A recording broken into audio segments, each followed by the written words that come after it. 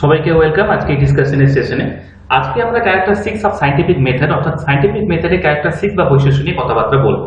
এর আগে আমরা সায়েন্টিফিক মেথডের মিনিং এবং স্টেপস নিয়ে আলোচনা করেছি, যা আপনারা উপরে আই বাটনটি প্রেস করলে আপনারা দেখতে পাবেন ভিডিওটি বা দেখতে পারেন। তো চলুন তাহলে আজকে সায়েন্টিফিক মেথডের ক্যারেক্টারিস্টিক্স বা বৈশিষ্ট্য নিয়ে আলোচনায় এগোনো যাক। প্রথমে আমরা যেটা জানবো সেটা হচ্ছে সায়েন্টিফিক মেথডের ক্যারেক্টারিস্টিক্স গুলি কটি বা কি কি। এখানে আমাদের নেট সেটের সিলেবাস অনুযায়ী আমাদেরকে মোট 4টি ক্যারেক্টারিস্টিক্স বা বৈশিষ্ট্যের কথা বলা হয়েছে। এই 4টি ছাড়াও আরো অনেক সায়েন্টিফিক মেথডের অনেক বৈশিষ্ট্য বা ক্যারেক্টারিস্টিক্স রয়েছে, কিন্তু আমরা মোটে 4টি ব্যাপারে বা এই 4টি সম্পর্কে খুব সংক্ষিপ্তভাবে জানবো। এই 4টির মধ্যে প্রথমটি কি? প্রথমটি হচ্ছে রেপ্লিকেবিলিটি বা অনুকরণীয়তা, পার্সিয়েশন বা স্পষ্টতা, পার্সিমনি বা সহজতা, ফলসিবিলিটি অর্থাৎ ভুল প্রমাণের প্রবণতা বা উপায়। এবারে আমরা দেখে নেব যে এই 4টি বৈশিষ্ট্যকে কিভাবে সংক্ষিপ্তভাবে ডিফাইন করা হয়েছে বা বলা হয়েছে। প্রথমে যদি আসি রেপ্লিকেবিলিটির সম্পর্কে, রেপ্লিকেবিলিটি অর্থাৎ অনুকরণীয়তাকে এখানে বোঝানো হচ্ছে। এখানে বলা হচ্ছে when other people follow the same step in your research and get the same or identical result, অর্থাৎ যদি প্রথমে কোনো গবেষণা কাজের উপর ভিত্তি করে দ্বিতীয় কোনো গবেষণা কাজ করা হয় এবং সেই গবেষণা কাজের জন্য অর্থাৎ দ্বিতীয় পর্যায়ে যে গবেষণা কাজ করা হয়েছে তাতেও যদি প্রথমে করা যে গবেষণার মতন সেম টু সেম স্টেপ বা পদ্ধতি বা পর্যায় বা স্তর যদি অনুকরণ ভাবে করা হয় এবং সেখান থেকে যদি সেম রেজাল্ট বা একই ফলাফল যদি পাওয়া যায়, তাহলে সেই বৈশিষ্ট্যটাকে রিসার্চের কি বলা হচ্ছে? রিপ্লিকেবিলিটি বৈশিষ্ট্য বলা হচ্ছে বা ক্যারেক্টারিস্টিক বলা হচ্ছে বা অনুকরণীয়তা বলা হচ্ছে। এখানে অনুকরণীয়তা মানেই হচ্ছে কপি, অর্থাৎ সেম স্টেপ থাকবে এবং সেম স্টেপ হওয়ার পাশাপাশি কি হবে? সেম রেজাল্ট হবে। এরপরে যেটা হচ্ছে পার্সিয়েশন। পার্সিয়েশন কথা অর্থ হচ্ছে এখানে কি বললাম তখন আমরা? স্পষ্টতা। স্পষ্টতা বলতে এখানে যা বলা হয়েছে theoretical concept which are often hard to measure must be defined with such precision that others can use those definition to measure those concept and test that theory। অর্থাৎ যে সমস্ত থিওরিটিক্যাল যে কনসেপ্ট আছে যেগুলিকে মেজার করা খুবই hard বা কষ্টদায়ক, সেগুলিকে কিভাবে ডিফাইন করতে হবে? Must be define with such precision, অর্থাৎ স্পষ্টতার সাথে, যাতে কি দ্যাট আদার্স ক্যান ইউজ, যাতে অন্যান্যরা সেটাকে ব্যবহার করতে পারে দোজ ডেফিনেশন টু মেজার, কি মেজার করার জন্য? কোনগুলিকে? Those concept and test the theory, থিওরিগুলিকে টেস্ট করার জন্য এবং কনসেপ্টগুলিকে মেজার করার জন্য সেগুলোকে ব্যবহার করতে পারে বা ইউজ করতে পারে। স্পষ্টতা, পার্সিয়েশন। এরপরে আমরা এটা দেখে নেব, সেটা হচ্ছে পার্সিমনি বা থার্ড যে ক্যারেক্টারিস্টিক সায়েন্টিফিক মেথড। এখানে পার্সিমনি কথার অর্থ হচ্ছে কি, যদি বলি তো সিম্পলিসিটিকে বোঝাচ্ছে, সহজতাকে বোঝাচ্ছে।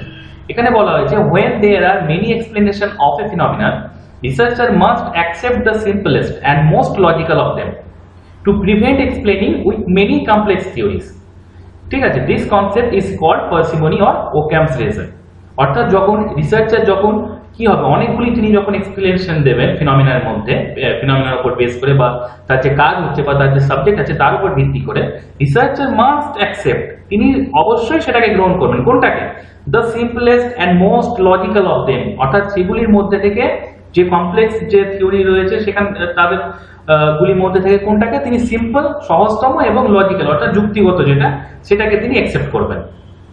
এই কনসেপ্টকে পার্সিমনি বলা হয়েছে। ঠিক আছে, পার্সিমনিকে আবার ওকামস রেজার বলা হচ্ছে। ওকাম রেজার্স কেন বলা হচ্ছে? ওকাম রেজার্স এখানে বলা হচ্ছে এটি হচ্ছে ফিলোসফির একটি প্রিন্সিপাল, যেখানে বলা হয় যে যখন গবেষকের কাছে বা ইনভেস্টিগেটরের কাছে বা কোনো পার্সনের সামনে যখন দুটি কনসেপ্ট উপস্থাপিত হয়, তার মধ্যে থেকে সে কি করবে? সর্বদাই বা সবসময় সে সহজটিকে অ্যাকসেপ্ট করবে।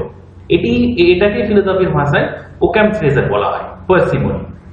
ঠিক আছে, এরপরে আমরা দেখে নেব ফলসিবিলিটিতে কি বলা হচ্ছে। ফলসিবিলিটিতে বলা হচ্ছে এখানে কি ডিসপ্রুভ করার যে চান্সেস, ঠিক আছে, অর্থাৎ ভুল প্রমাণিত করার যে প্রবণতা, সুযোগ দেওয়া।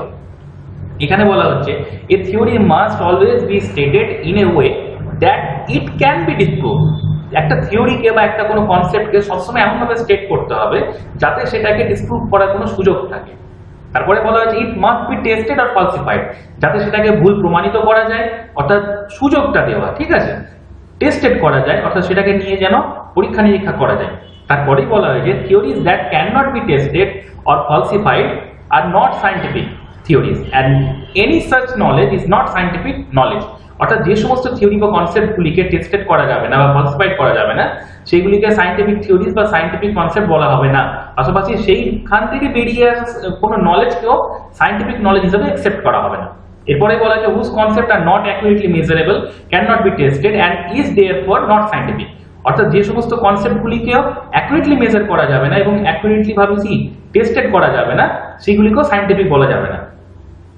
এই চারটি বৈশিষ্ট্য ছাড়াও সায়েন্টিফিক মেথডের কতগুলি ক্যারেক্টারিস্টিক বা বৈশিষ্ট্য আছে, যেমন ভেরিফিকেবিলিটি আছে, অবজেক্টিভিটি আছে, জেনারেলাইজেশন আছে, সিস্টেম্যাটিক স্টাডি আছে, কন্ট্রোল আছে, সায়েন্টিফিক রিসার্চ ডিজাইন আছে, পাওয়ার অফ প্রেডিকশন আছে, কজ এন্ড ইফেক্ট রিলেশনশিপ আছে, সিরিয়ালাইজেশন আছে এবং ইউনিভার্সিবিলিটি আছে। ওই চারটি বৈশিষ্ট্য ছাড়াও এইগুলিও সায়েন্টিফিক মেথডের অন্যতম বৈশিষ্ট্য। কিন্তু যেহেতু আমরা চারটি কেন আলোচনা করলাম, কারণ আমাদের সিলেবাসে রয়েছে তাই। তাহলে আমরা প্রথমে আরেকবার আমরা দেখে নেব। তাহলে আমরা সায়েন্টিফিক মেথডের ক্যারেক্টারিস্টিক বা বৈশিষ্ট্য হিসেবে চারটি বৈশিষ্ট্যের কথা পাচ্ছি আমরা। রিকেপেবিলিটি আছে, পারসিয়েশন আছে, পার্সিমনি আছে, ফলসিবিলিটি আছে। রিকেপেবিলিটিতে আমরা এখানে কি দেখলাম?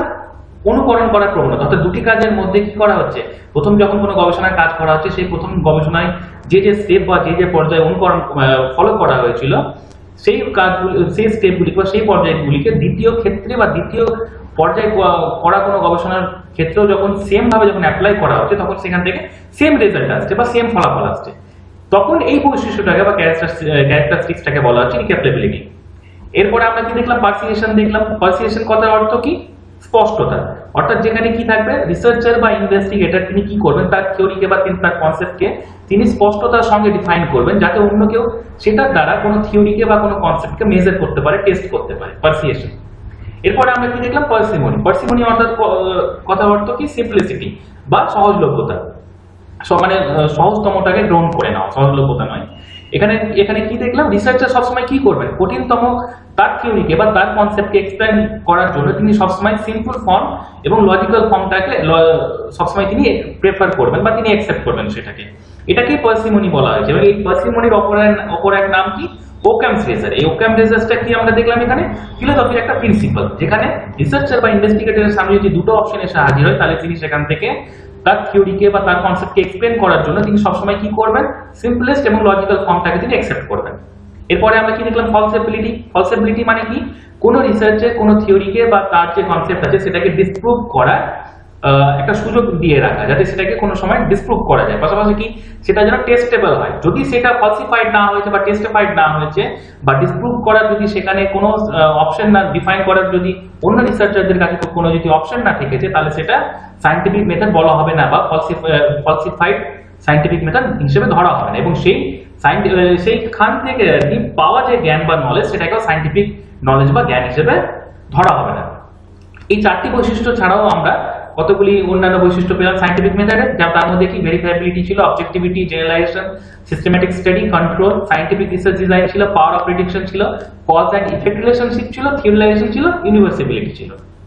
তাহলে আজকে আমরা সায়েন্টিফিক মেথডের যে ক্যারেক্টারিস্টিক্স সেগুলো আমরা শেষ করে ফেললাম এবং গত ভিডিওতে আমরা এটাও শেষ করে ফেলেছি সায়েন্টিফিক মেথডের মিনিং কি এবং স্টেপসগুলি কি কি।